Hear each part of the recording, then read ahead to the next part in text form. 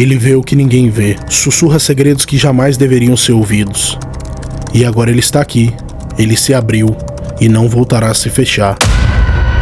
Bem-vindos ao olho. Olhe mais perto, um pouco mais perto. Quanto mais de perto você olha, menos você vê. Bem-vindo ao olho. Sabe aquele cara que sorria como um vizinho tranquilo, mas parecia que escondia um horror imaginável? Jeffrey Dahmer, o canibal de Milwaukee, matou 17 homens e meninos entre 78 e 91, atraindo suas vítimas com promessas de dinheiro ou sessões de fotos, dopando-as e estrangulando-as até a morte. No apartamento dele, a polícia encontrou cabeças na geladeira, órgãos em potes de formol e centenas de fotos macabras, um verdadeiro laboratório do terror.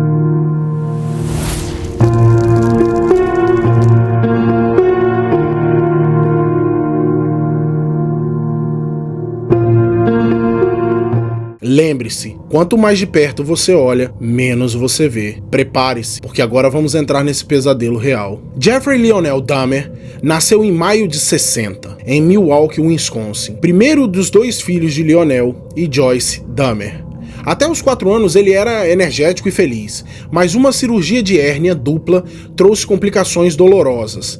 Depois do procedimento, Jeffrey ficou mais calado e retraído. Desde então, mostrou fascínio mórbido por ossos e animais mortos. Colecionava insetos grandes e crânios de pequenos animais guardados em formol. Na escola primária, era considerado quieto e tímido, sem muitos amigos. Além disso, o casamento dos pais era muito conturbado, com brigas constantes, e eles se separaram quando Jeffrey era adolescente. Isso deixou o garoto inseguro sobre a estabilidade da família, tornando-o ainda mais retraído. Com cerca de 14 anos, Dahmer já tinha um sério problema com o álcool.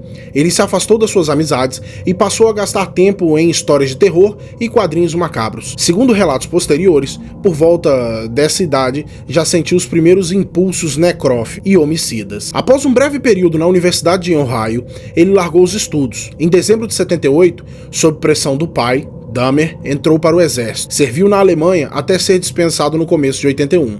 Durante esse tempo fora, não há registro de novos assassinatos, mas seus hábitos perturbados continuaram, e ele logo retornaria aos Estados Unidos. Logo depois de terminar o colegial, em junho de 78, Dahmer cometeu seu primeiro assassinato.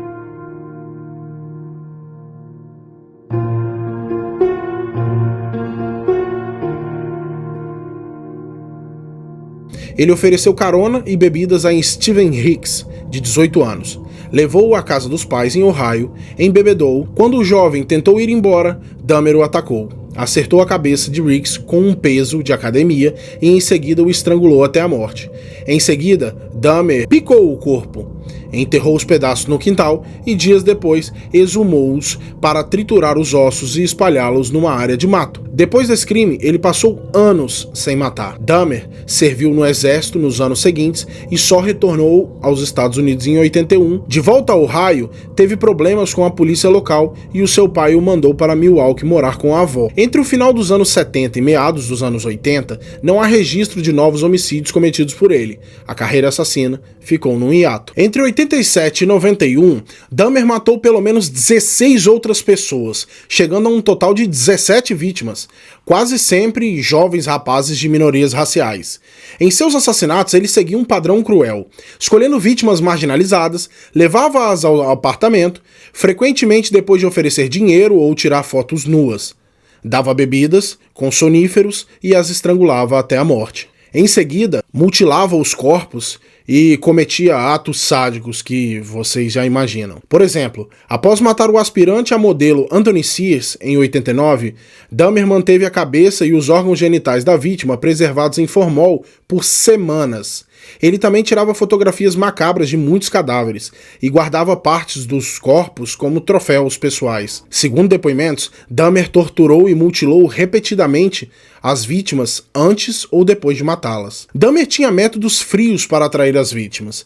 Muitas vezes ele ia a bares gays e locais públicos, falava com rapazes solitários e oferecia convites lucrativos, geralmente dinheiro, álcool ou oportunidade de tirar fotos nuas.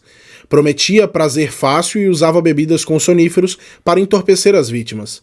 Assim, conseguiu levar vários homens para seu apartamento sem levantar suspeitas. Essa tática de oferecer sexo ou vantagens financeiras fazia com que muitos aceitassem o convite e depois pagassem com a própria vida. Dahmer ganhou fama justamente pela brutalidade dos atos pós-morte. Em muitos casos, ele praticava necrófile, ou seja, ele mantinha um contato de cunho sexual com os cadáveres das vítimas. Ele também admitiu ter feito canibalismo em algumas ocasiões, chegando a cortar e comer pedaços de carne de pessoas das vítimas. Além desses atos horríveis, Dahmer fez experimentos bizarros com os corpos. Certa vez perfurou o crânio de Errol Lindsay, ainda vivo, e injetou ácido muriático no cérebro.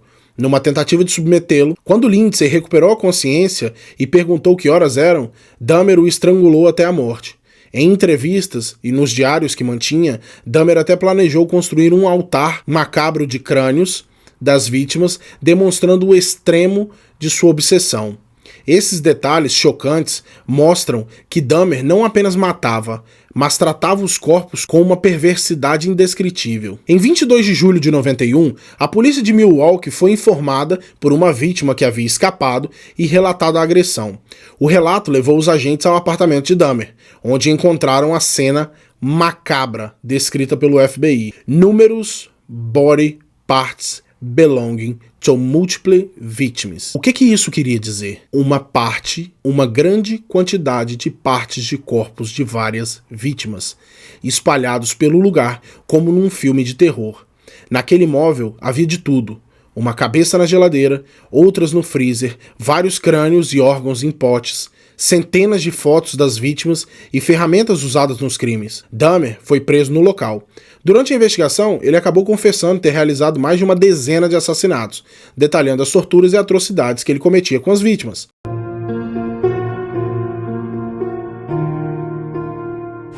Dahmer foi levado a julgamento no início de 92. Os promotores apresentaram casos contra ele por 15 homicídios em Wisconsin, e ele acabou também sendo julgado por um crime em Ohio. A acusação descreveu todos os horrores que ele confessou, enquanto a defesa alegava insanidade. Dahmer declarou-se culpado por insanidade, mas o júri concluiu que ele era consciente dos atos violentos que cometia. Em 15 de fevereiro de 92, ele foi considerado culpado de todos os crimes e recebeu 15 penas de prisão perpétua consecutivas no Wisconsin e mais uma em Ohio. A estratégia de se dizer insano não convenceu. Ficou claro que Dahmer escolheu cometer aqueles atos monstruosos. Dahmer cumpriu suas penas na Columbia Correctional Institution, em Portage, Wisconsin. De acordo com relatos, ele acabou se adaptando razoavelmente à rotina da prisão. Concentrou-se em leituras e estudos religiosos, encontrou confortos nos escritos bíblicos que recebia de seu pai e chegou a ser batizado como cristão. Em pouco tempo conseguiu permissão para interagir com outros presos. Ainda assim, a fama de seus crimes continuava a assustar os seus colegas de cela e os guardas da prisão. Em 28 de novembro de 94, Dahmer foi assassinado na própria prisão. Ele estava em um trabalho de limpeza, acompanhado por Christopher Scarver e Jesse Anderson. Quando ficaram sozinhos, Scarver atacou Dahmer e Anderson com uma barra de ferro de academia. Dahmer foi espancado violentamente e morreu cerca de 1 hora depois dos ferimentos, enquanto Anderson sucumbiu aos golpes dias depois.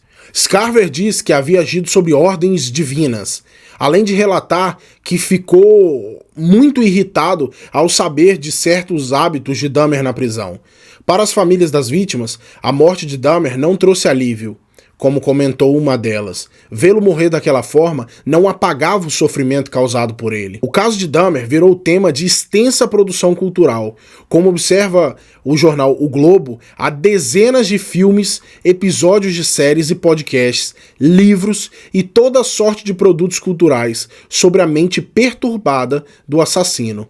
Entre os livros, destacam-se as biografias de The Jeffrey Dahmer Story, An American Nightmare, de 1991, e The Shrine of Jeffrey Dahmer, de 93. No cinema, ele foi retratado em Dahmer, 2002, com Jeremy Renner no papel título, e em O Despertar de um Assassino, de 2017, inspirado em quadrinhos sobre sua juventude. Na TV, a maior repercussão recente foi a minissérie Monster, The Jeffrey Dahmer Story, de 2022, da Netflix, criada por Ryan Murphy e estrelada por Evan Peters, que se tornou a série em inglês mais vista da Netflix no mundo. Também foram lançados documentários como Conversations with a Killer, The Jeffrey Dahmer Tapes, da Netflix em 2017, e a produção brasileira Conversando com o Serial Killer, o Canibal de Milwaukee, de 2022, baseados em depoimentos reais. Na música, Dahmer inspirou bandas de metal, por exemplo, a banda americana Macabre lançou em 2000 o álbum conceitual Dahmer, cujas faixas narram a vida do assassino passo a passo. Outros grupos do gênero, como o Soulfly, dedicaram canções a ele, por exemplo, a faixa Jeffrey Dahmer, do álbum Oben, em 2010. Entre as curiosidades mais fantásticas sobre Dahmer, Milwaukee se livrou fisicamente das lembranças do horror. Em 96, empresários da cidade compraram e destruíram os instrumentos usados por Dahmer em seus crimes: facas, serras, algemas e até a geladeira onde ele guardava os restos. Até a casa onde Dahmer viveu em Ohio, onde cometeu seu primeiro assassinato, foi assombrada pelo passado. Colocada à venda em 2012, o proprietário chegou a dizer que seria um ótimo imóvel se alguém conseguisse superar o fato do horror. Apesar da própria morte violenta de Dahmer, seu legado macabro segue vivo na cultura popular. Livros, filmes e estudos continuam a retratar e analisar esse como um dos maiores criminosos e mais perturbadores da história recente. E aí, você ficou com o coração na garganta? Se quiser continuar explorando os segredos mais sombrios e as mentes criminosas que desafiam a sanidade humana, inscreva-se no Olho, ative o sininho e mergulhe nos nossos próximos vídeos. Aqui, cada detalhe revela um novo abismo de mistério. Até lá, e cuidado com o que você descobre.